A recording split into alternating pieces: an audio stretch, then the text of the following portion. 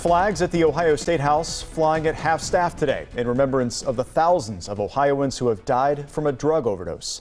We thank you for staying with us. For NBC4 at 5:30, I'm Jared Smaller. I'm Jennifer Bullock. Today is Ohio's second annual Overdose Awareness Day. And as NBC4 State House reporter Natalie Fahmy tells us, Governor Mike DeWine is taking steps to prevent overdose deaths in the state. Natalie?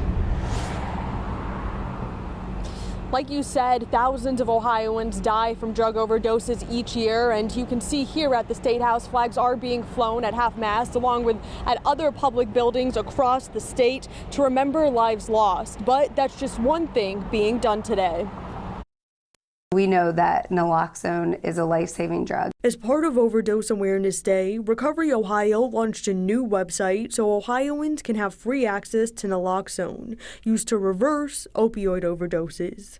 According to Recovery Ohio and Ohio's Department of Mental Health and Addiction Services, in 2019, just under 7,000 naloxone units were distributed in Ohio.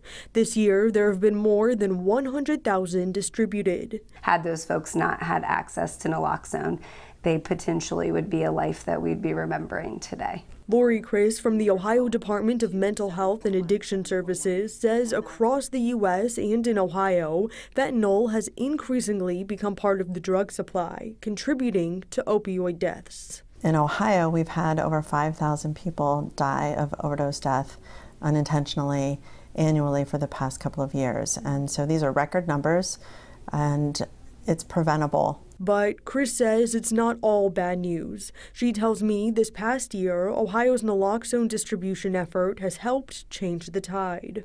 We're seeing a decrease in the rate of overdose death over the past 12 months compared to where we were before. And we're one of only 6 states that are doing that. Take it one day at a time, one moment at a time, but know that there's hope and there are lots of resources and treatment programs available across the state. If you or someone you know is struggling with drug addiction, you can visit NBC4i.com for a list of resources, including confidential helplines. Local for you at the State House, I'm Natalie Fahmy, NBC4.